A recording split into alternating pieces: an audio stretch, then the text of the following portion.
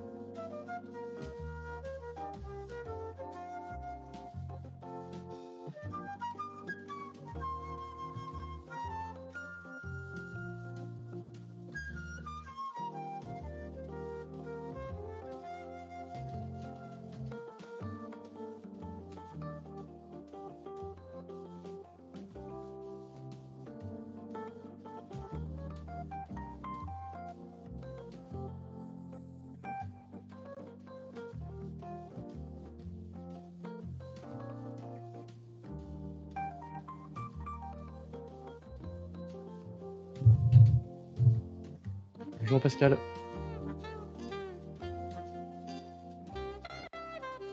Ça va? Bien et toi? Oui. Bon, quelques petits soucis d'ordinateur. Ouais, ça y est, c'est réparé? Non, Ah, non, je dois voir ça cet après-midi. Et là, j'avais mes mails qui avaient disparu, donc j'avais plus accès aux mails. Donc là, j'ai eu un petit moment de stress. Voilà. Sinon, tu as bien reçu le PowerPoint? impeccable, tout est prêt. Ok, super. Et oui, non, pas d'autres questions. Non, non, c'est bon. Il y a beaucoup d'inscrits? 22. Waouh, super. On a déjà René.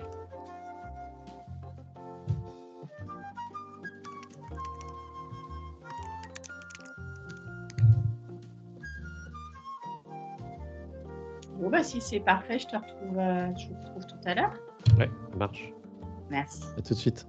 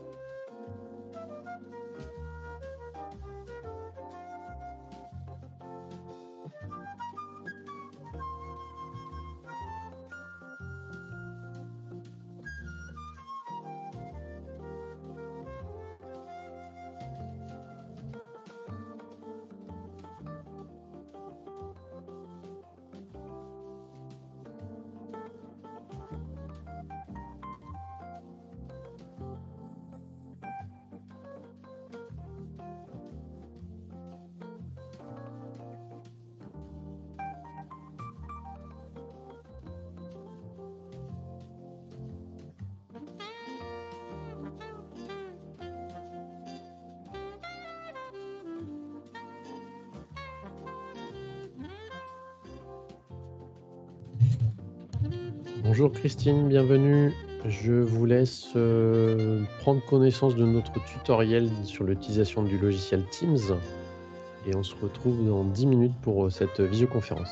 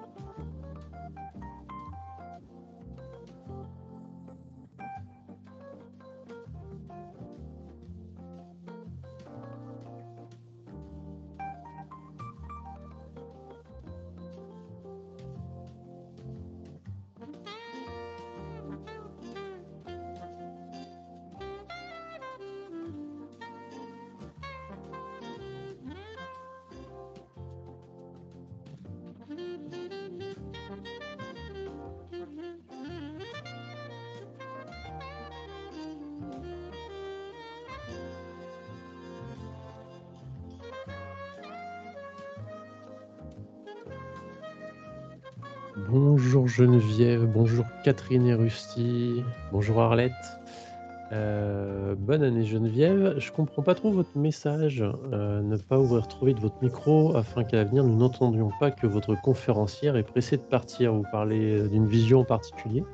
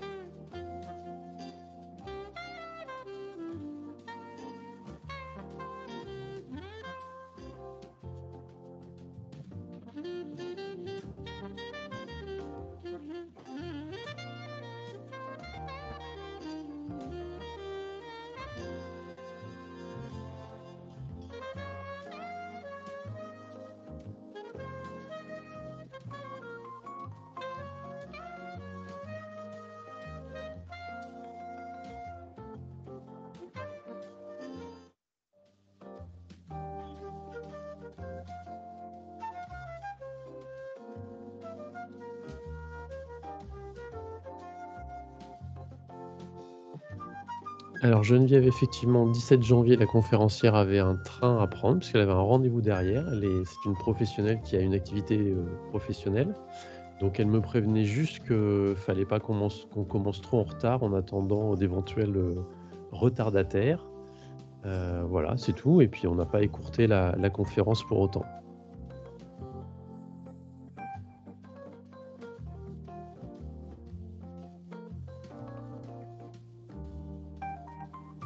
Bonjour Patrick, bienvenue.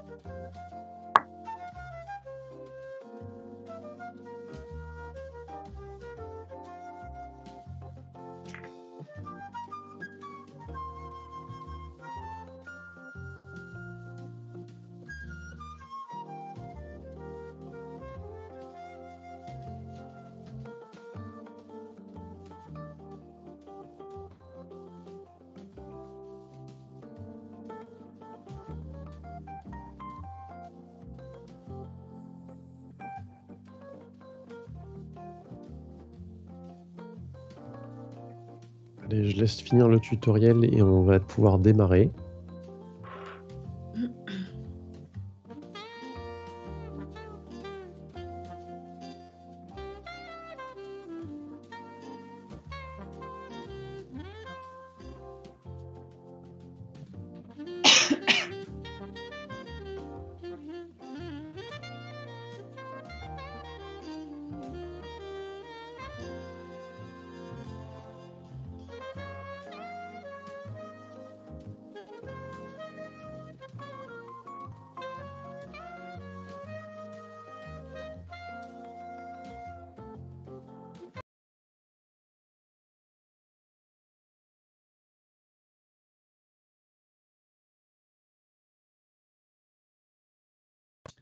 Bonjour tout le monde. Alors, la présentation va se charger. Hop. C'est bon pour toi, Pascal? Parfait. Alors, il y a eu des petites... tu utilises le logiciel Teams ou tu es sous navigateur? C'est une très bonne question pour commencer cette conférence. Je Je n'en sais rien, vu les problèmes que j'ai avec mon ordinateur en ce moment. Autour de la Donc fenêtre, est-ce dis-moi que tu tout. as Chrome, Firefox ou quelque chose comme Je ça dois avoir ou... Chrome. D'accord. Non, parce que si tu utilises le logiciel Teams que tu télécharges avant Ouais. les présentations, il y a eu des petites modifications dans les menus et l'autre jour, j'étais un petit peu perdu. Ils ont rajouté des petites fonctionnalités. Alors, bah, je compte sur toi pour m'aider après si jamais j'ai un Il souci. n'y a pas de souci, je serai là. Allez, on va démarrer. Bonjour à tous, bienvenue dans cette nouvelle visioconférence sur le logement et l'écologie. Aujourd'hui, nous allons parler d'un... Alors, le titre est un petit peu bizarre, les 5 R et ZD. En fait, on va parler du zéro déchet et Pascal va nous expliquer la règle des 5 R. Cette visioconférence est réalisée en partenariat avec Home Transition Adaptia, pardon, et elle est financée par la Conférence des financeurs de la prévention de la perte d'autonomie du département de l'Essonne, à tes souhaits Pascal, avec le concours de la CNSA. Merci à tous de votre participation. Merci d'être présent en direct, ce qui va vous permettre à la fin de cette visioconférence, à la fin de l'enregistrement, de pouvoir interagir avec l'intervenante et poser vos questions, chose que ne pouvez pas faire si vous nous regardez en replay sur notre chaîne YouTube. Donc n'hésitez pas à vous inscrire sur à nos visioconférences sur le site movadom.eventbrite.com. Et puis si vous regardez donc cette visio en replay, vous pouvez vous abonner en bas à la chaîne pour recevoir les notifications à chaque fois que l'on poste une nouvelle vidéo. Et vous pouvez aussi mettre des petits likes pour dire que vous avez aimé cette visioconférence. Donc moi, je suis Pascal, je suis là pour vous accueillir, répondre à vos questions dans la barre de conversation et interrompre Pascal qui sera concentré sur sa présentation. Et puis, si vous avez des problèmes techniques, n'hésitez pas non plus à poser vos questions dans la barre de conversation. Je vais laisser Pascal prendre la main et se présenter et dérouler sa visioconférence que je vais suivre avec attention. Bonjour à toutes et à tous. Alors, vous l'aurez compris, je suis Pascal aussi, avec un E. Je suis très heureuse d'être avec vous aujourd'hui et de vous présenter une belle conférence sur le thème donc, des premiers pas vers le zéro déchet, le ZD, avec les 5 R. Et on va découvrir tout à l'heure, pour ceux qui ne connaissent pas encore ou qui ont envie d'approfondir leur connaissance, ce qu'est les 5 R. Donc, je m'appelle Pascal Revon, j'ai fondé la société TSE, qui est l'acronyme de Trier, Simplifier votre espace, ou tout simplement Essentiel, qui est une société de conseil et d'organisation au tri, désencombrement, rangement, organisation, optimisation des espaces pour les particuliers et les professionnels. Je suis ce qu'on appelle une home organizer, une professionnelle de l'organisation, un coach en rangement. Et j'accompagne les personnes, en gros, qui ne veulent plus de leur bazar chez elles. J'interviens à Paris, en Île-de-France et à distance dans toute la France. Et ma devise est libérer votre espace pour libérer votre esprit. Alors, pourquoi Movadom m'a demandé et a fait appel à mes services pour présenter cette conférence? Tout simplement parce que ça fait partie intégrante de mon activité professionnelle. Alors, je ne vais pas vous dire à chaque mission, mais très souvent. Parce qu'une fois qu'on a rangé et organisé son logement, on a gagné de la place, de l'espace, on réfléchit à ce qui nous apporte de la joie, ce qu'on veut chez nous, ce qu'on veut plus, on va supprimer le superflu. On n'a pas envie de se faire réencombrer, on a envie de moins, mais mieux, les 3 M. Et puis, tout naturellement, on réfléchit sur notre mode de consommation et puis sur les déchets que nous produisons. Donc, il y a tout un processus qui se met en place. Voilà pour ma présentation. Alors, je vais prendre le contrôle si tout marche bien pour, voilà, vous présenter à l'écran le programme aujourd'hui, les premiers pas vers le zéro déchet, ZD, et les 5 R. Donc, je vais vous raconter des petites histoires dans un premier temps. On va voir ensuite point par point ce que sont les 5 R. Et puis, on va voir les petits trucs, les astuces et surtout les pièges à éviter pour vous mettre en action pour appliquer ces fameux 5 R. Et comme vous l'a dit Pascal tout à l'heure, il y aura une session de questions-réponses à la fin. On arrêtera l'enregistrement, vous pourrez allumer vos caméras, vos micros et me poser toutes les questions. J'essaierai d'y répondre avec bienveillance, bien entendu. Et puis, tout au cours de la conférence, si vous avez des questions, n'hésitez pas à les mettre dans le chat parce que c'est un peu vous aussi qui faites la conférence. Évidemment, moi, je vais parler, mais si vous avez des questions, n'hésitez surtout pas parce que déjà, moi, ça me fera plaisir. J'aurai un petit peu d'interaction. C'est pas toujours simple hein, parce que pendant un certain temps, je vais être toute seule face à l'écran. Je ne vous vois pas, je ne vous entends pas. Et puis surtout, si vous vous posez des questions, il y a de fortes chances que d'autres personnes se posent les mêmes questions. Alors, est-ce que vous êtes confortablement installé? Vous avez peut-être pris de quoi noter. Alors, si oui, on y va et on commence cette conférence par une petite histoire. Alors, une petite histoire qui ne devrait pas vous endormir. Alors, dans ma commune, oui, voilà, le début de l'histoire. On sort les poubelles marron le lundi pour le ramassage des déchets ménagers le mardi matin. Le mardi soir, on sort les poubelles jaunes, c'est les poubelles pour le recyclage, etc. On va sortir aussi à un certain moment les encombrants et puis la poubelle de verre. Alors, pourquoi je vous parle de tout ça? Où est la magie? C'est bien la question. La magie, c'est que le matin, quand on se sort de la maison, il n'y a plus de poubelle. C'est magique. On a l'impression que tout a disparu, loin des yeux, loin du cœur. Dès qu'on ne voit plus les déchets, on a l'impression qu'ils n'existent plus.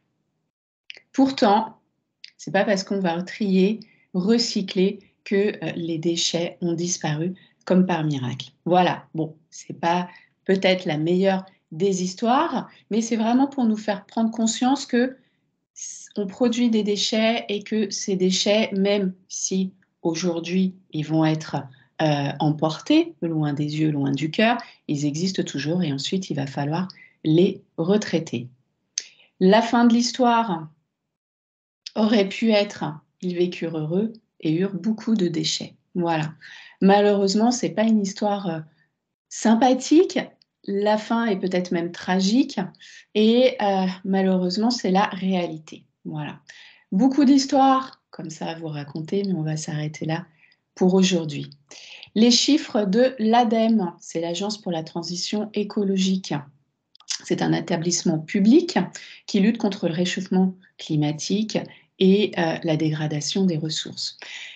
Les chiffres de l'ADEME nous indiquent alors qu'il y a environ 390 kg de déchets ménagers par personne par an et en France. C'est une moyenne, j'ai trouvé d'autres chiffres, mais on va partir sur cela parce qu'ils sont déjà assez impressionnants. Ce qu'il faut savoir, c'est que sur ces 390 kg de déchets, il y a 29% qui finissent en incinérateur, 35% en décharge, 21% sont recyclés, 15% sont compostés. Il faut savoir également, et ça c'est toujours un chiffre qui est étonnant, que 2,5 tonnes d'objets se trouvent en moyenne dans nos logements. Alors évidemment, encore une fois, c'est une moyenne, mais ça veut dire qu'il y a vraiment beaucoup, beaucoup d'objets accumulés dans nos logements. Ne serait-ce que je vous ai pris un autre chiffre, parce que le but aujourd'hui, évidemment, n'est pas de vous sortir beaucoup de chiffres, mais de prendre conscience. Il y a entre 54 et 110 millions de smartphones, nos téléphones, qui dorment dans les tiroirs. Voilà, ce sont des chiffres que je trouve particulièrement effarants, incroyables et qui vont être le point de départ, en fait, d'une réflexion sur la réduction de nos déchets. Alors évidemment, on ne va pas passer au zéro déchet du jour au lendemain.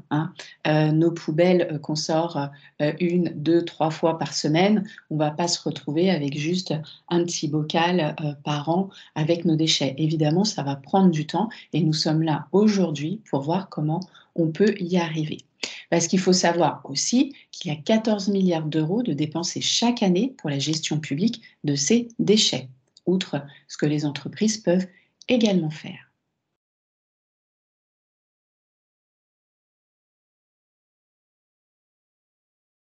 Alors, La bonne nouvelle du jour, parce qu'il y a quand même des bonnes nouvelles, c'est que on peut déjà agir sur ce qui est présent dans notre logement, sur ce qui entre dans notre logement et c'est ce qui va en sortir. Voilà, donc on va faire un point sur ce que nous avons. Alors évidemment, là, c'est vraiment la base de mon activité de home organizer et de coach en organisation et en rangement. Et je peux vous affirmer et je peux vous confirmer qu'on a vraiment beaucoup, beaucoup d'objets accumulés, entassés dans nos logements avec des nombres impressionnants d'objets. Une fois qu'on en a pris conscience, on va pouvoir agir sur notre logement. Déjà, dans un premier temps, on va pouvoir faire du tri, du rangement, on va organiser, on va désencombrer. On va aussi refuser que les objets rentrent chez nous. On va réduire notre consommation d'objets.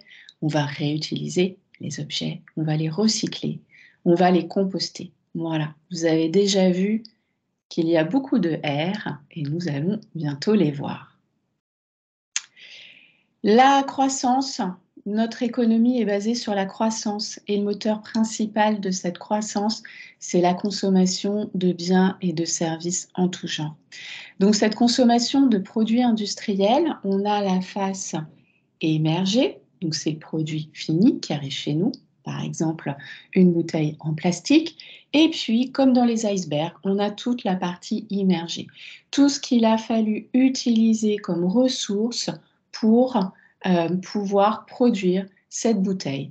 Donc, on n'y pense pas forcément. Évidemment, on pense à la matière première pour fabriquer le plastique, les personnes et les entreprises qui ont travaillé, mais il y a beaucoup plus d'autres opérations, et notamment les opérations de transport pour amener les matières premières à l'usine, de l'usine au distributeur, du distributeur au magasin et peut-être du magasin jusqu'à chez nous. Donc il y a beaucoup de déchets qu'on ne voit pas du tout et qu'on ne soupçonne pas forcément. Voilà. On pourrait revenir à toutes les petites histoires et les petites histoires qui ne sont pas très gaies, mais je ne vais pas continuer avec ces histoires car vous les connaissez tous plus ou moins. Ces histoires, vont nous parler d'épuisement des ressources naturelles, de déséquilibre météorologique, de crise de l'eau potable, de pollution de l'air, de pollution du sol. Alors, évidemment, tout ce que je vous dis aujourd'hui n'est pas une nouveauté. On en a tous plus ou moins conscience, mais parfois, on ne se sent pas concerné, c'est surtout les autres qui polluent. Et puis, parfois, même quand on en a conscience, on se dit, mais à notre niveau, comment on va faire? Comment on peut agir? Alors, aujourd'hui, ce que je vous propose, c'est de faire chacun, à notre niveau, notre part du colibri. Si chacun s'y met, on va avancer. Alors, est-ce que vous connaissez, alors j'avais dit, ok, plus d'histoire, mais est-ce que vous connaissez cette histoire du colibri? La légende raconte qu'un jour, un immense incendie de forêt se déclara. Les animaux terrifiés observaient le désastre. Et puis, un colibri, un tout petit colibri, parce que je ne sais pas si vous voyez, mais les colibris sont vraiment minuscules. Un petit colibri se mit seul à la tâche, allant chercher les quelques gouttes d'eau que contenait son bec pour les verser sur le feu. L'un des animaux agacés lui demanda s'il pensait vraiment pouvoir éteindre le feu tout seul. Et le colibri lui a répondu: non, mais je fais ma part. Ce que je vous propose aujourd'hui, ce que je m'applique et ce que j'essaye de transmettre, c'est qu'on peut chacun faire notre part du colibri. On n'ignore pas que la Terre va mal, et même si individuellement on essaye de faire attention, il va falloir, pour notre génération et les générations à venir, faire attention à notre Terre. Alors évidemment, on va faire notre part du colibri. On ne va pas pouvoir faire autant que les États et les grosses multinationales, mais au moins, faisons notre part. Voilà, on ne va pas pouvoir résoudre évidemment tous les problèmes à notre niveau. Il faut que les pouvoirs publics, les industriels s'y mettent aussi. Mais grâce à cette méthode des 5 R, on va pouvoir adopter de bonnes méthodes et des bons gestes. D'ailleurs, c'est quoi le zéro déchet? Parce que je vous parle de tout ce qui va mal, mais évidemment, il y a plein de choses aussi qui vont bien.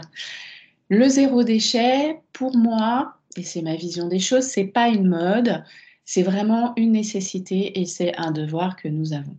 C'est pas une lubie d'écologiste. On se rend bien compte qu'on consomme plus que ce que la Terre peut nous offrir aujourd'hui. On ne lui laisse pas le temps de se régénérer. On voit bien que la moitié des espèces sauvages ont disparu en 40 ans et que la pollution ne fait que grandir. Voilà. Donc le zéro déchet, ça va être réduire ses déchets de plus en plus pour arriver à ne plus avoir de déchets. Vous allez certainement vous poser la question, est-ce que Pascal qui nous parle est arrivé à juste avoir un bocal de ses déchets? Alors clairement, non. Voilà, si c'était votre question, aujourd'hui, je n'en suis pas là. Par contre, je suis vraiment dans cette démarche, dans cette réflexion de ce qu'il est possible de faire pour réduire ces déchets. Alors, comment justement on va y arriver? On va mettre en pratique 5 lettres, 5 R, 5 habitudes à adopter dans notre quotidien. Voilà. Mettre en pratique les 5 R, comme je vous indique, c'est réfléchir à un mode de consommation plus consciente, plus responsable. Il y a déjà des choses, je suis sûre qu'il y a plein de choses que vous faites déjà de très bien, mais je suis sûre aussi que vous comme moi, on peut encore faire mieux. Les avantages, ça va être des économies financières, moins mais mieux, les 3 M, moins de consommation, moins de surconsommation. Pour certains, c'est déjà jusqu'à 40% d'économie. Oui, oui, il y a vraiment des personnes qui, en se plongeant dans le zéro déchet, font des économies. Ça va être aussi un gain de temps non négligeable. C'est pas du tout, certaines personnes me disent, mais ça va prendre trop de temps. Alors là, ça fait partie des fausses bonnes excuses. Au contraire, ça va nous faire gagner du temps. On va moins acheter, on va perdre moins de temps à trouver ce qu'on va acheter, on va avoir moins de ménage parce qu'on va avoir moins d'objets, on va avoir moins de rangement, moins de réparation, ça va vraiment nous simplifier la vie. En fait, j'aurais pu vous dire que mon métier, c'était simplificatrice de vie, parce que le but, c'est vraiment de se simplifier la vie à toutes les étapes. Et puis tout ça, tous ces gains de place, de temps, de finances, ça va nous apporter plus de bien-être. On va évidemment éliminer les polluants de notre maison, on va éliminer les polluants de notre assiette, la pollution visuelle, tout ce qui nous entoure. On va se reconnecter à soi, on va se reconnecter aux autres. Et donc ce qui fait du bien à la planète fait du bien à notre santé et à notre portefeuille. Ce qu'il faut voir, c'est que quand on vise le zéro déchet, on touche à tous les pans de notre vie. L'alimentation, l'habillement, l'ameublement, la beauté, on va parler des fêtes, des anniversaires. C'est vraiment chaque domaine d'activité professionnelle, personnelle, qui peuvent être impactés par le zéro déchet et impactés d'une manière bénéfique. Voilà, parce que vous l'aurez compris, le zéro déchet, c'est pas qu'une question d'emballage dans notre poubelle. Vous allez me dire, ok Pascal, on vous écoute, on a bien conscience qu'il y a un souci, mais on fait comment? C'est quoi cette méthode des 5 R? Alors, tout d'abord, est-ce que vous avez des questions sur cette première partie? Pascal, si tu nous entends, si tu es encore là. Je suis là, je suis là. Alors, avons-nous des questions? Non. Pas de questions pour l'instant. Ok. Alors, j'en profite pour boire un peu et puis je vais tout vous dévoiler sur le zéro déchet et surtout sur les fameux 5 R, parce que si vous êtes là aujourd'hui, c'est pour ça. Alors, les 5 R, je vous laisse le lire en anglais, parce qu'à la base, c'est anglais. Ça vient, voilà, je ne sais pas, on va en reparler tout à l'heure. Hein. Je vous indiquerai le livre de Bea Johnson, qui est vraiment important. C'est elle qui a créé les 5 R. Donc, Bea Johnson, les 0 déchets, 100 astuces pour alléger sa vie. Quand je vous parlais d'alléger, de simplification. Donc, les 5 R en français, parce qu'on est parti sur les 5 R en anglais, donc vous allez voir, le dernier est ajusté pour la France. Ça va être refuser dans un premier temps, réduire, réutiliser, réparer, recycler et rendre à la terre. Alors, rendre à la terre, en fait, c'est composter. Voilà. Ces 5 principes fondamentaux sont à utiliser, vous allez voir, chronologiquement pour adopter un mode de vie zéro déchet. On va voir dans un premier temps le premier R qui va être refusé, ensuite réduire, réutiliser, recycler, rendre à la terre, composter. Le premier R, qui est le R de refuser. Voilà, c'est la première étape, c'est la base, c'est le premier niveau. Alors, refuser, ça veut dire non. Non à tout ce dont on n'a pas besoin. Il faut se demander si à chaque fois qu'on a besoin d'acheter quelque chose, si c'est réellement un besoin, si c'est réellement utile. Ça, c'est vraiment très important. Alors, un non qui va être juste, un beau non. Refuser tout ce dont on peut se passer, par exemple, ça va être les échantillons de parfum. Vous savez, quand vous achetez une crème, quand vous achetez un parfum, il y a toujours une personne pour vous donner des échantillons de crème, de parfum ou autre en plus. Là, je vous prends cet exemple-là qui vous concerne peut-être pas directement, mais le plus souvent, on a des échantillons et à ce moment-là, c'est très simple de vous dire non, je ne souhaite pas d'échantillons, merci, gardez-les. Surtout si, comme moi, vous ne mettez pas spécialement de parfum ou si vous avez un seul parfum et que vous savez très bien que vous n'allez pas les utiliser. Ça ne sert à rien et vous l'aurez bien compris de prendre des échantillons qu'on va mettre à la poubelle en arrivant chez nous. Voilà, ça marche avec tout le reste. Pareil pour les prospectus distribués chez les commerçants, dans la rue, vous pouvez très bien les refuser poliment, gentiment, avec un grand sourire. Et puis, on a aussi tous les cadeaux publicitaires. Vous savez, le stylo. Alors, les stylos, vous en avez déjà 25 chez vous. Est-ce que c'est bien utile d'accepter un énième stylo de plus dont vous n'avez pas l'utilité et qui ne pourra pas être donné à d'autres personnes?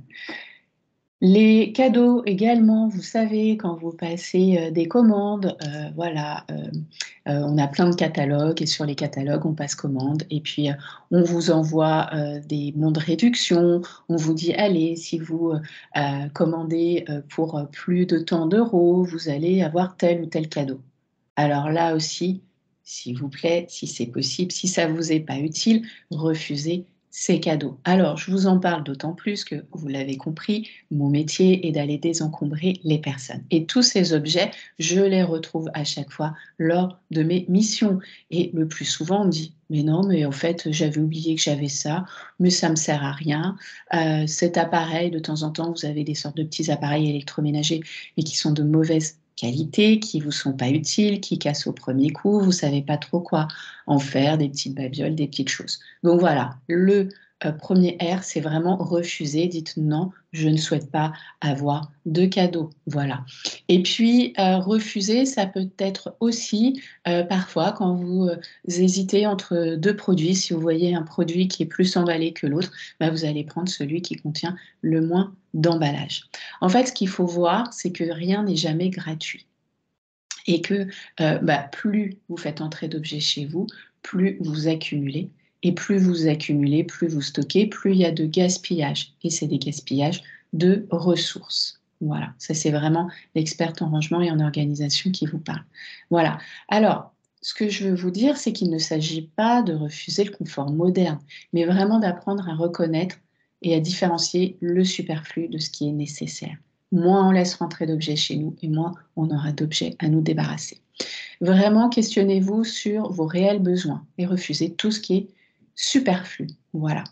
La bonne nouvelle, et là aussi il y a des bonnes nouvelles, c'est que les choses commencent à évoluer, on en prend de plus en plus conscience. Les produits plastiques à usage unique comme les pailles, les couverts tendent à disparaître. Les autocollants sur les boîtes aux lettres où on indiquait qu'on ne voulait pas de prospectus, bientôt il va falloir mettre un autocollant pour dire on accepte les prospectus. Parce qu'il faut savoir que dans chaque boîte aux lettres, par foyer, on reçoit 26, on recevait en 2020 en tout cas, 26 kilos de prospectus par an et par foyer. Donc voilà, c'est quand même un chiffre encore important et effarant. Et puis, Si je peux me permettre juste une petite intervention, il y a même des choses qu'on peut refuser encore plus simplement, qu'on va pas forcément garder chez soi. Moi, je vais régulièrement à la boulangerie acheter mon pain. oui, Alors dans le temps, on allait avec un sac à pain, ça ne se fait plus. Moi, j'y retourne avec un sac à pain fait maison. À chaque fois, à la boulangère, j'ai mon sac à pain. C'est un petit sac, hein, parce que je prends des petits pains, pas des pains ou des baguettes. commence à me l'emballer. Mais à chaque Ouais. fois, je lui dis: «Non, j'ai mon sac. Non, j'ai mon Ouais. sac. Gardez votre Mais papier». c'est pas simple, en effet, hein. Pourtant, après, le papier, il va à la poubelle, donc ça évite de remplir ma poubelle. Et Le elle, ça papier. lui fait ne serait-ce que des économies, financières. Tout à fait, tout à fait. Alors, il faut savoir que, les boulangeries sont ceux qui acceptent le plus souvent. Après, ça marche aussi, par exemple, quand vous allez dans une boucherie, ils sont à la base réticents, même dans les supermarchés, pour que vous ameniez votre contenant, mais c'est tout à fait possible. Alors, il y a certains supermarchés ou hypermarchés qui commencent à faire un petit peu de publicité là-dessus. Il faut que vos contenants, soient propres, en bon état. Voilà, parce que sinon, après, il y a un problème de conservation des aliments et là, ils peuvent refuser. Alors là, pour le coup, c'est eux qui vont refuser de le mettre dans vos contenants parce que sinon, il peut y avoir des maladies qui vont se développer. Mais en effet, tu as tout à fait raison. Et puis, quand vous faites vos courses, vous pouvez aller dans les magasins. Alors, j'allais vous dire bio parce que c'est plus souvent là où on trouve du vrac, même si maintenant ça se démocratise et on en trouve le plus souvent.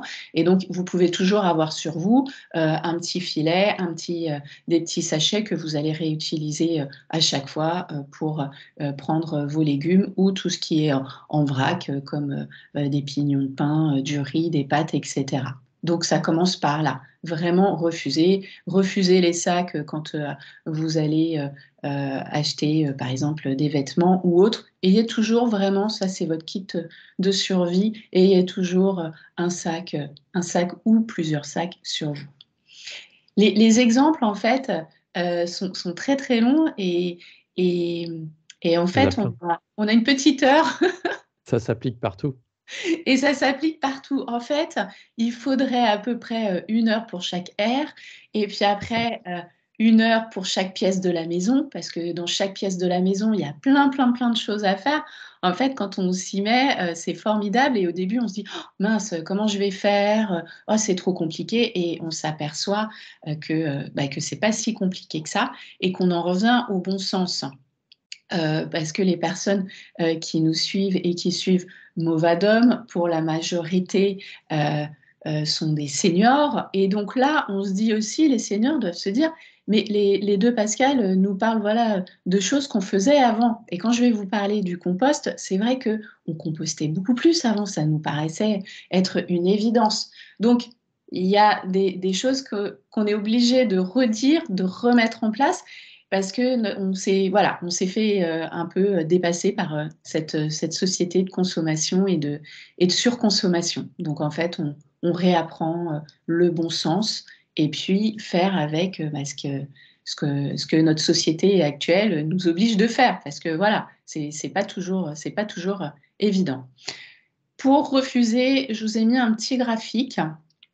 euh, Parce que je sais qu'il y a des personnes qui ont du mal à dire non. Alors ça peut être comme je vous disais, un joli non avec le sourire en disant non merci. Si vous pouvez le refuser, ah oui, ah très bien, vous le refusez.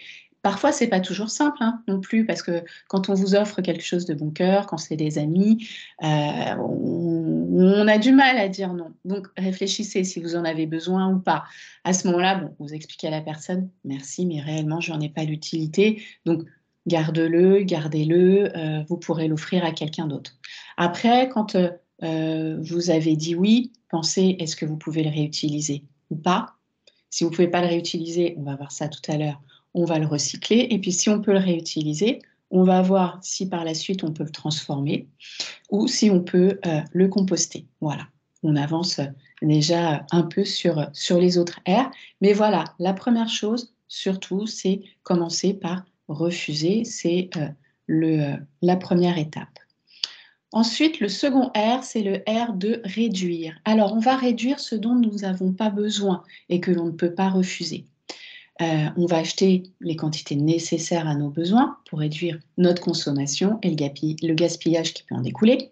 C'est la réduction, en fait, ça va être la simplification de la vie. Hein, comme je vous disais, moins d'objets, moins de temps à les chercher, moins de ménage, moins d'entretien, moins de réparation, moins de tout, en fait. Mais ça va impliquer aussi un changement de nos routines quotidiennes de consommation, mais jusque-là, rien de très compliqué. Quelques idées qu'on peut mettre en place pour réduire nos déchets de manière efficace, on va déjà faire un petit bilan, on va évaluer notre consommation passée. On va déterminer l'utilité de tout ce qu'on a chez nous. Et donc, on se débarrasse de ce qui n'est pas nécessaire. Quand vous saurez exactement tout ce que vous avez chez vous, vous n'aurez pas besoin de racheter les mêmes affaires. Vous avez peut-être dit: «Oh là là, il me manque, un économe pour éplucher les pommes de terre». Mais en fait, si ça se trouve, vous en avez 2 ou 3 et vous ne les avez pas retrouvés parce qu'ils sont cachés dans un des placards de votre cuisine. Voilà. Et puis, peut-être que, pareil avec des vêtements, là, j'ai une cliente qui me disait: «Mais Pascal, j'ai plus de chaussons» et en fait, en désencombrant son appartement, on s'est rendu compte qu'elle en avait encore et des neufs. Sauf que la boîte, elle était bien enfouie, elle était bien loin et on ne la voyait plus. Donc cette personne allait, racheter, des chaussons qui étaient inutiles. Donc voilà, réduire, c'est réduire sa consommation, faire attention à ce que nous avons déjà. Et puis réduire notre consommation actuelle, future, réduire les achats, réduire les emballages, comme on vient de le dire, en privilégiant le vrac ou en emmenant nos propres sacs pour le pain, pour tout. On va réduire les déplacements en voiture, on va privilégier le covoiturage, les transports en commun, le vélo, la marche à pied pour ceux pour qui c'est possible. On va éviter d'imprimer tous les documents. On peut, et les exemples sont vraiment très nombreux, on va pouvoir supprimer les bouteilles d'eau. Alors, on peut boire l'eau du robinet, mais ce n'est pas toujours possible. On va pouvoir utiliser des carafes filtrantes, des perles de céramique, des purificateurs d'eau à gravitation. C'est ce qu'on a à la maison, hein. C'est un grand cylindre, on remplit l'eau, il y a des filtres et l'eau par gravitation. Il n'y a pas d'électricité, il n'y a rien. Et l'eau donc est purifiée comme ça. Chaque technique va avoir ses avantages, ses inconvénients. Il faut vraiment que vous trouviez ce qui vous convient le mieux. Voilà. Et puis, pour vos vêtements, par exemple, quand vous avez trop de vêtements, vous pouvez les donner. L'avantage, et c'est ce qu'on va voir après aussi, c'est qu'une autre personne va pouvoir utiliser vos vêtements. C'est utile et ça évite de produire un nouveau vêtement. Ce qu'il faut savoir, et s'il y avait une seule chose à retenir aujourd'hui, c'est que le meilleur déchet, c'est celui qu'on ne produit pas. Voilà, une phrase, une chose, le meilleur déchet, c'est celui qu'on ne produit pas. Voilà, il n'y a que ça à retenir, je vous dirais, aujourd'hui, et c'est la base de toute la réflexion. Le troisième R, pour continuer sur nos 5 R, ça va être le R de réutiliser, réparer. On va réutiliser ce qu'on consomme et qu'on ne peut pas dans un premier temps ni refuser ni réduire. On va déjà éviter d'acheter du neuf. On va prolonger la durée de vie en réparant nos vêtements et nos appareils électriques. Par exemple, hein, c'est vraiment des exemples. Après, chacun va pouvoir s'adapter à vous, à votre logement, à d'autres personnes. Donc, il y a des choses qu'on fait déjà très bien, d'autres qu'on peut améliorer, d'autres auxquelles on n'avait pas pensé. Voilà. Bon, le souci avec la réutilisation et la réparation, c'est que dans notre société actuelle, il y a beaucoup d'obsolescence programmée des objets. Donc, il y a certains matériels, appareils électroménagers qu'on va avoir du mal à réparer. Des voitures, on se rend compte qu'au bout d'un certain moment, on n'a pas les pièces. C'est très technique, ça se complexifie et même si on veut le faire, c'est pas toujours simple. Donc voilà, aujourd'hui, on est là pour explorer des pistes, pour voir ce qu'on peut faire, chacun à notre niveau et surtout se dire c'est possible et il y a d'autres personnes qui y arrivent, donc on peut y arriver. Parce que tout à l'heure, quand je vous disais on ne va pas du jour au lendemain enlever ces 390 kilos de déchets par an et par personne pour arriver à un petit bocal, il y a des personnes en France, dans d'autres pays, au Québec, aux États-Unis, qui ont réussi à le faire. Donc c'est possible. Évidemment, pour arriver à faire juste un petit bocal, ça demande beaucoup de temps de mise en place et une réflexion totale de ce qu'on consomme et de ce qu'on prévoit notre mode de vie en totalité. Donc, pour réutiliser, réparer, si on va réutiliser ce qu'on a, mais on peut réutiliser aussi d'autres ressources. Donc, on va privilégier les achats d'occasion pour soi et pourquoi pas aussi pour les autres. Quand vous avez un cadeau à faire, Noël est passé, il y a des anniversaires, il y a différentes fêtes. Pourquoi ne pas commencer à sensibiliser également votre entourage? leur demander gentiment, est-ce que ça leur poserait un problème, de commencer à discuter avec eux de tous les bénéfices que ça peut engendrer. Et dans l'occasion, vous trouvez des choses qui sont quasiment neuves, très peu utilisées. Donc ça serait dommage de s'en passer. Donc vraiment, exprimez-vous, parlez-en à votre entourage. Plus on en parlera, plus il y aura de conférences, plus ça va devenir la norme, on va dire, le bon sens va revenir. Si vous aimez lire, pourquoi pas aller à la bibliothèque. Si c'est pour faire des cadeaux, voyez pour qu'on vous offre ou pour offrir des livres d'occasion. Il y a énormément de sites sur Internet qui proposent ces livres d'occasion. À part peut-être pour on va dire pour les auteurs indépendants. J'ai eu déjà des discussions où si on veut soutenir la création de jeunes auteurs, parfois, voilà, le système économique fait que parfois il peut être utile dans ce cas-là, d'acheter des livres neufs. Après, concernant les livres, je pourrais vous en parler aussi beaucoup, les comparaisons entre une liseuse, un livre papier, quel est le mieux? Après, voilà, c'est vraiment en fonction de vous, de vos habitudes, de ce qu'il est possible de faire ou pas. Mais sachez, pour en venir à notre ère de réutiliser, réparer, que pour chaque produit jetable, il va exister une alternative durable. Par exemple, dans les salles de formation, je donne des formations, il y a des fontaines à eau avec des gobelets en carton où il est mentionné dessus: «Gardez-moi toute la journée». Donc je trouve ça déjà sympathique, ça va forcer déjà une petite réflexion, mais à la fin de la journée, on a plein de gobelets dans la poubelle, donc ça ne résout pas le problème. Alors oui, on va peut-être en éviter certains, parce que peut-être que des personnes en auraient pris le matin, on aurait repris l'après-midi, et cetera. Il y a même une petite place pour mettre son nom. Mais le mieux, c'est quand même de venir, et c'est ce que je fais, avec un gobelet. C'est pas grand-chose de se dire: «Voilà, j'ai un gobelet, que je mets dans mon sac. Le soir, je rentre, je le lave et je le ramène le lendemain». C'est pas grand-chose, mais c'est comme ça, avec notre petite part du colibri, qu'on va avancer. Ce qu'on peut mettre en pratique assez facilement, donc on l'a dit tout à l'heure, c'est faire ses courses avec ses propres contenants. Ça va être réparé. On va pouvoir utiliser, les cintres métalliques pour les personnes qui vont, au pressing, bah, on les ramène au pressing.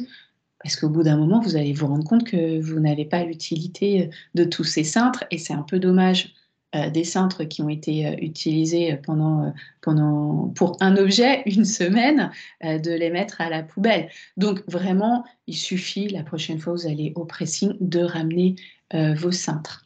Pour, les feuilles, c'est pareil, on peut les utiliser en brouillon. Quand vous recevez du papier, vous pouvez, réutiliser, le verso, quand le recto est déjà imprimé, le verso pour faire du papier brouillon. Alors, je suis en train de me dire qu'il faut quand même mettre en garde. Il faut que je vous parle des sacs plastiques et justement de ces fameux, papiers de brouillon. Pour les papiers de brouillon, je fais un grand coucou, à une personne que j'accompagne actuellement et qui se reconnaîtra, qui va voir l'émission en replay, parce que comme on fait son déménagement, actuellement, l'ordinateur est dans les cartons. Mais concernant ces papiers de brouillon, on a, dû, se débarrasser et donc recycler. Je ne vais pas vous dire une tonne, mais on a recyclé des kilos et des kilos de papier de brouillon, parce que cette personne donc les gardait, les recyclait, pour en faire du papier de brouillon. Sauf qu'au bout d'un moment, quand vous avez des piles et des piles et des piles énormes, bah, ça vous encombre chez vous. Donc garder un petit peu de brouillon, c'est une bonne idée. En garder trop, c'est une fausse bonne idée. Pareil pour, les sacs plastiques. Garder certains sacs plastiques. Alors des sacs plastiques comme ça, on n'en a plus trop, mais on en trouve encore.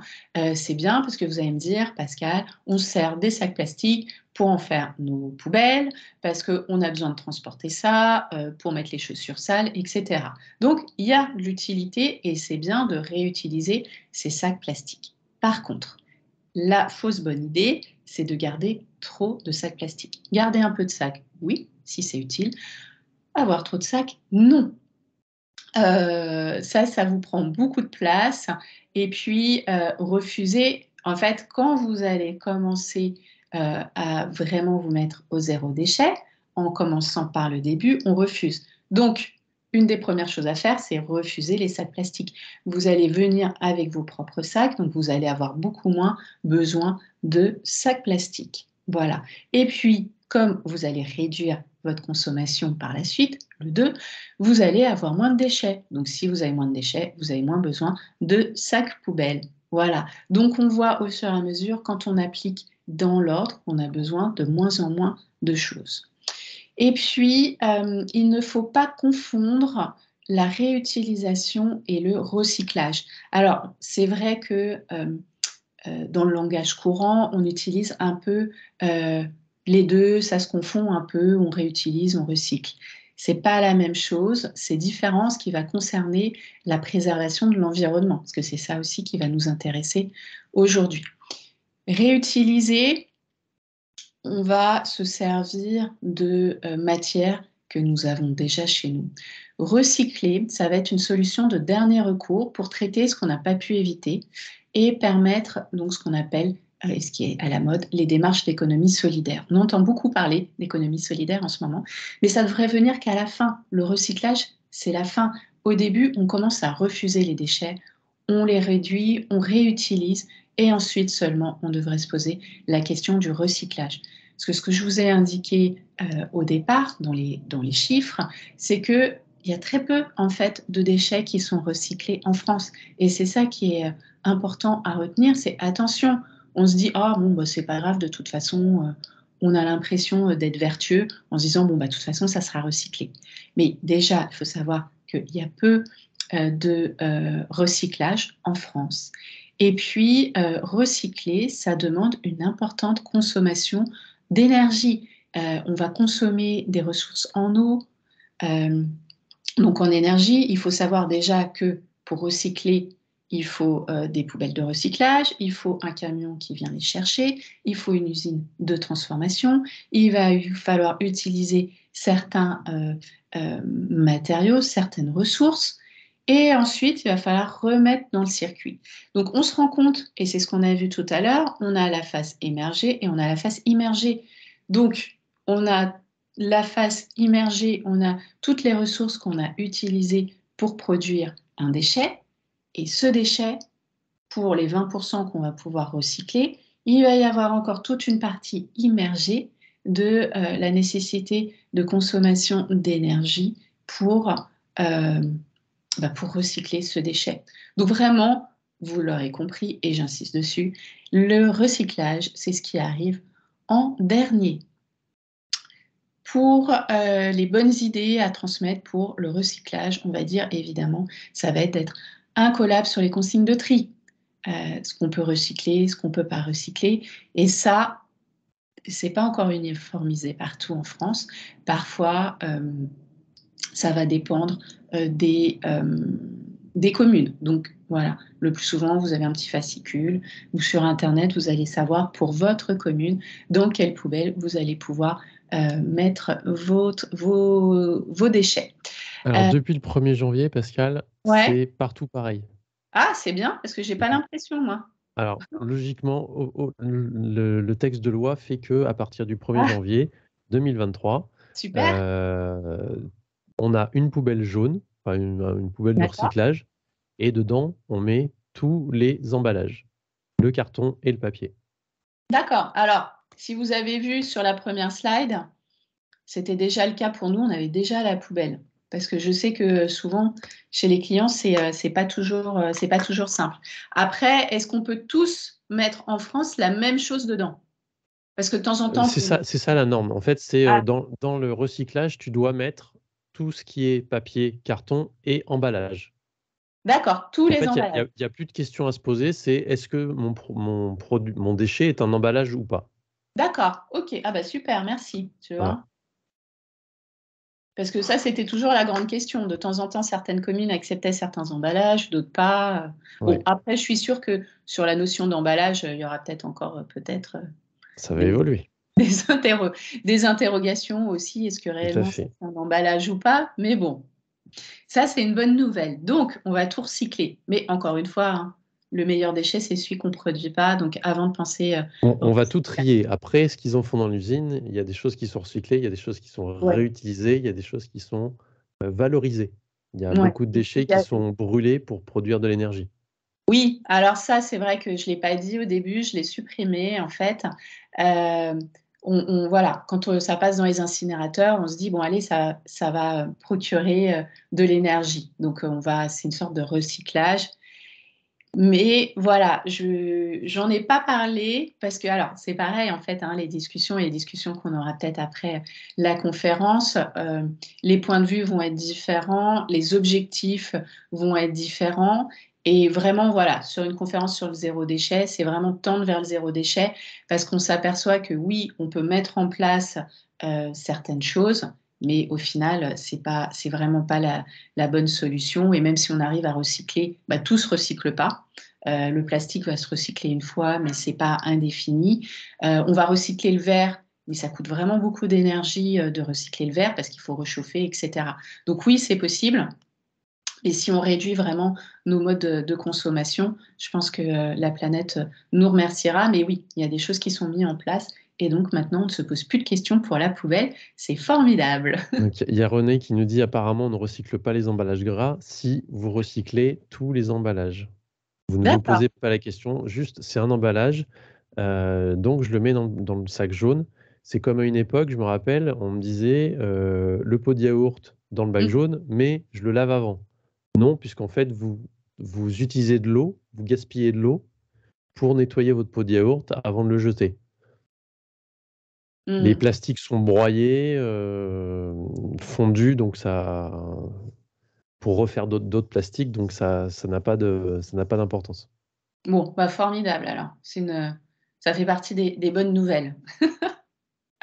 Alors, pour tous les autres déchets qui ne sont pas en plastique, en verre, en fait, pour tous les déchets qui vont être organiques, on va rendre à la terre, on va composter. Voilà. Là, on va parler de recyclage naturel.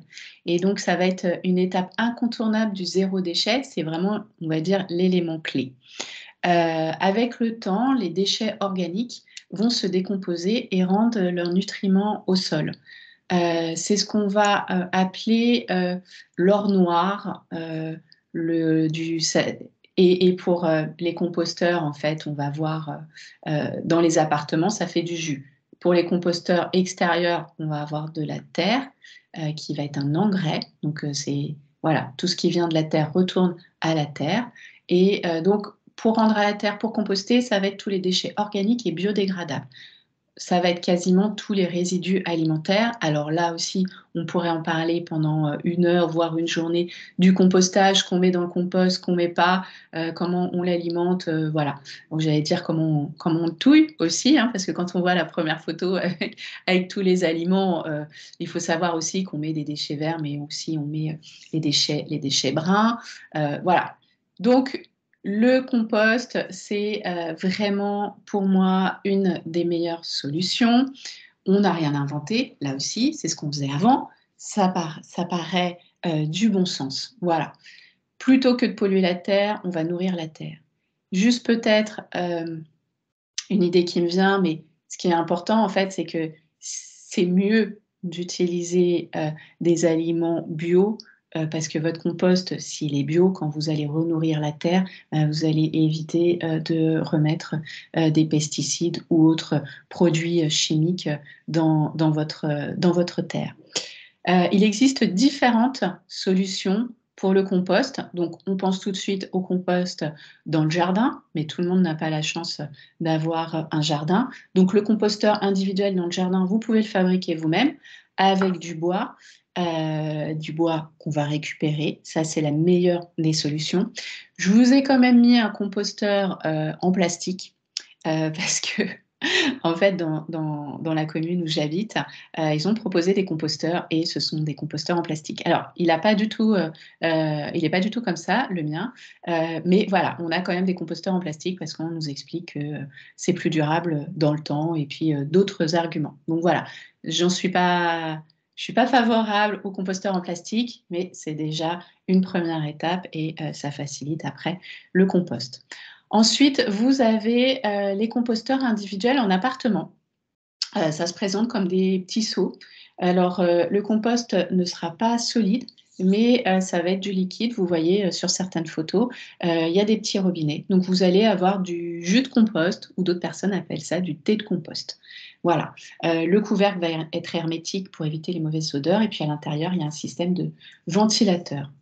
Et puis, de ventilation, pardon. Et puis, pour ceux qui ont un balcon, vous pouvez y installer un lombricomposteur. Donc, ce sont des lombrics, des vers, en fait, qui vont transformer vos déchets en compost.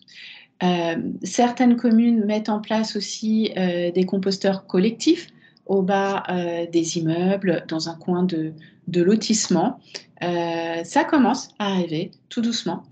Certaines villes comme Pau ont mis en place des composteurs collectifs à disposition des habitants. Donc voilà, il faut s'organiser. Vous avez votre petit pot à compost et puis vous allez le transvaser dans votre composteur collectif. Et puis, certaines communes aussi mettent en place ces collectes. Mais alors là, c'est encore très, très rare.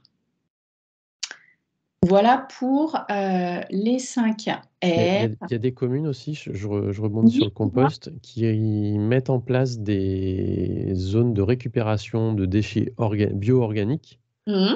pour les revaloriser en biogaz. D'accord, ouais.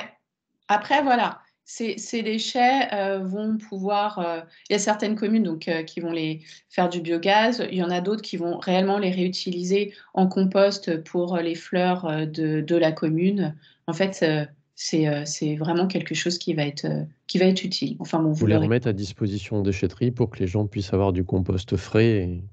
Ouais, c'est vraiment une bonne chose, je pense. Voilà. Alors, j'allais dire c'est simple. Pour le compost de jardin, il y a 2-3 petits trucs à savoir et puis après on le met en place.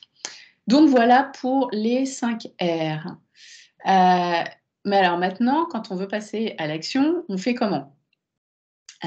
Alors, il faut savoir que j'ai pas de baguette magique, j'ai pas vraiment de recette miracle, parce que parfois, vous allez vous rendre compte quand on est, dans, cette mise en place, quand on est sur le chemin du zéro déchet, il y a toujours des petits défis. Alors, il y a des choses, on ne sait pas trop comment faire, donc on teste. Et de toute façon, je vous encouragerai toujours à tester. Euh, Parfois, c'est les petits défis, ça va être les périodes de fête, les périodes d'anniversaire. C'est pas toujours simple à gérer. Bon, vous l'aurez compris, on peut déjà réduire tout ce qui était en plastique et puis qui était recyclable pour les verres, pour les assiettes, les couverts, etc. Et puis investir dans de la vaisselle solide, de la belle vaisselle, on va dire. Et puis, vous voulez changer avec vos amis. Quand on fait une réception, bah, on va demander à un tel, tiens, tu n'aurais pas des assiettes à me prêter? Il y en a d'autres qui vont avoir des verres, etc.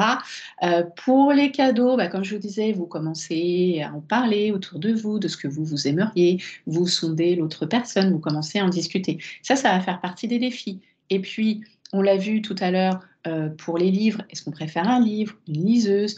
Est-ce que telle chose que je vais acheter va avoir tel impact? On va se poser plein de questions. Mais dans tous les cas, c'est vraiment gratifiant.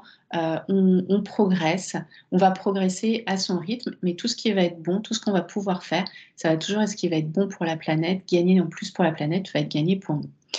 L'important, et c'est ce que je vous ai indiqué, c'est toujours dans l'ordre. Ça va être dans l'ordre des 5 R. Donc, vous vous souvenez, d'abord, on refuse, on réduit, on réutilise, on répare, et ensuite seulement, on recycle. Donc voilà, avant de recycler, on va d'abord refuser et réduire. Il faut aussi se dire que chaque nouvelle habitude, que ça soit pour le zéro déchet, les 5 R ou autre chose, ça prend toujours du temps. Il faut être un petit peu patient. On dit que pour mettre en place une nouvelle habitude, il faut 21 jours. D'autres indiquent 66 jours. Mais voilà, allez-y étape par étape. Euh, la méthode des petits pas, pour les personnes qui ont déjà suivi les autres conférences sur Movadom, sur le rangement, je vous conseille toujours de commencer par une petite chose. Commencez par quelque chose que vous allez maîtriser. Et puis au fur et à mesure, vous allez progresser, puis vous allez passer à l'étape suivante, et puis au R suivant. Voilà. Chaque pas de plus est un pas vers une consommation plus raisonnée, plus réfléchie. Voilà. Trier, recycler, c'est bien. Ne pas surconsommer, évidemment, c'est mieux. Les fausses bonnes excuses, alors c'est pas vraiment des excuses, mais c'est les fausses bonnes idées, les pièges à éviter. Surtout, ne pas tout garder. Ça, c'est un piège très important. On n'achète pas de nouveaux produits pour remplacer les anciens, si les anciens fonctionnent très bien. On reste à chaque fois vigilant sur tout ce qui va entrer chez nous. Donc, on parle des prospectus. Si on a le plaisir d'aller à l'hôtel, on ne prend pas tous les petits échantillons, on amène ses propres articles de toilette. On ne force pas, et ça je n'arrêterai pas de vous le dire, on ne force pas les personnes de votre entourage à adopter le même mode de vie que nous, que vous. Vous y allez au fur et à mesure, parce que sinon ça sera contre-productif. Montrez d'abord les exemples, mettez en place des nouvelles habitudes et vous allez voir progressivement les autres personnes vont vous prendre comme modèle. N'oubliez pas, le zéro déchet est là pour vous simplifier la vie, mais encore faut-il en prendre la décision. Voilà. Le zéro déchet, comme je vous l'indiquais, c'est dans la vie de tous les jours, dans chaque pièce de votre logement, dans la cuisine, salle de bain, chambre. À chaque fois, on peut réfléchir à ce qu'on peut faire sur l'alimentation, l'habillement, la beauté, l'ameublement. Tout à l'heure, je vous ai indiqué des livres pour en savoir plus. Donc, je vous ai montré le zéro déchet, donc, qui est vraiment la base de cette conférence aujourd'hui, les 5 R.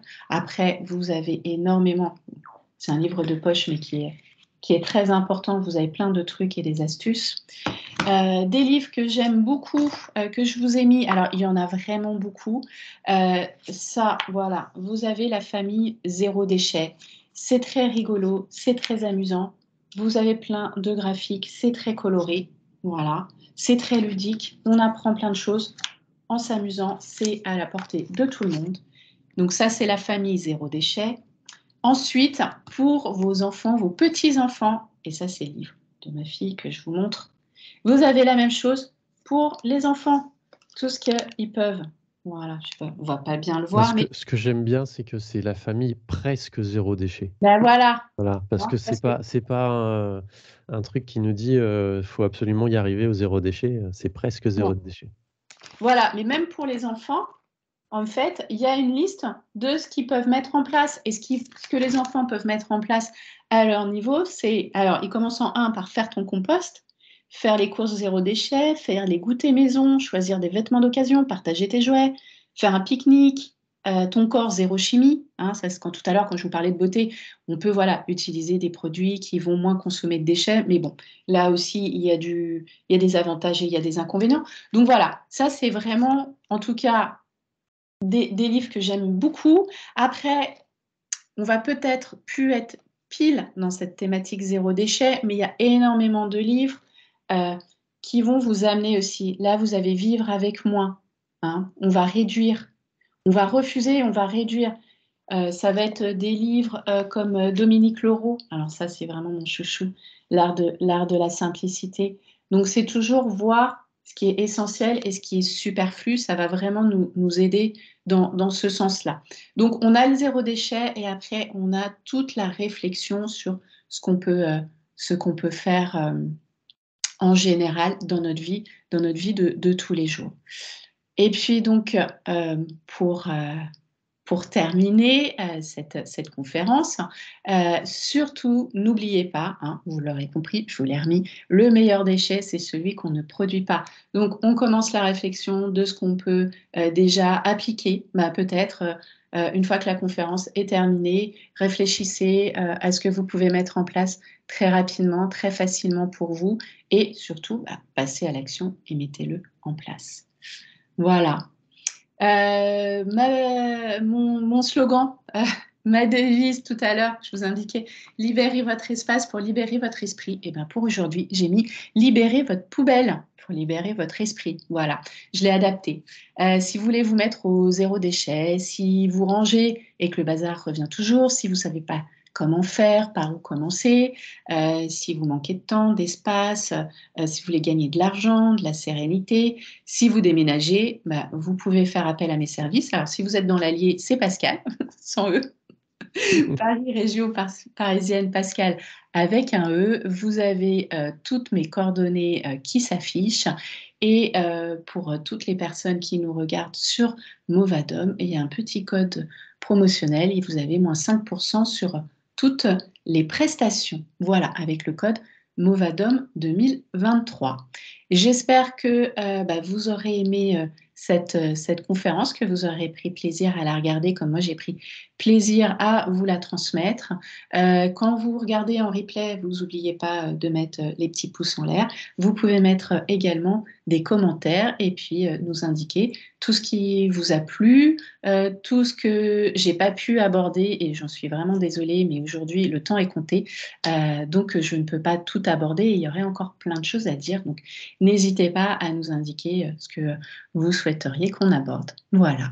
Et donc, je redonne la parole à Pascal et ensuite, on se retrouve pour les questions et les réponses. Merci beaucoup Pascal. Effectivement, je pense cette année 2023, on va essayer de faire un peu plus de thématiques écologiques. Moi, j'ai une conférence à présenter aussi sur le thème de l'écologie très générale. Et puis après, on pourra peut-être faire des choses un peu plus ponctuelles. Je vous invite à remplir notre questionnaire satisfaction en cliquant sur le lien bleu ou alors en cliquant sur le lien que je viens de vous mettre dans la barre de conversation. N'hésitez pas à le remplir, s'il vous plaît, pour que nous puissions faire un retour à notre financeur. Et puis, vous avez un petit champ libre, comme d'habitude, qui vous permet de mettre des commentaires ou poser des questions ou nous donner des idées de thématiques que vous souhaiteriez que nous abordions. Vous pouvez retrouver nos replays sur la chaîne YouTube de Gwendoline Cotrez. Vous allez sur YouTube et vous cherchez soit Gwendoline Cotrez, soit Movadom. Vous allez retrouver la chaîne. Pour vous inscrire, c'est sur movadom.eventbrite.com. Et puis, vous pouvez toujours télécharger le livre audio et tous les podcasts qui sont mis à jour régulièrement, coécrits avec Isabelle Palassin, sur movadom.com. Vous avez un petit onglet livre ou un petit onglet podcast et vous pouvez retrouver tout ça. C'est gratuit et c'est réutilisable à volonté. Notre prochaine visioconférence, c'est mardi prochain à 14h30. C'est sur le financement de l'adaptation du logement. Merci à tous de votre participation. Si vous avez la moindre question, un petit mail à contact@movadom.com. Merci encore à la conférence des financeurs du département de l'Essonne. Et puis merci beaucoup Pascal. On se retrouve très Merci à vous. bientôt et on se retrouve dans quelques instants pour les questions en direct. Et si vous êtes en replay, pas de questions pour vous. Il faut vous inscrire. Voilà, je vais arrêter l'enregistrement.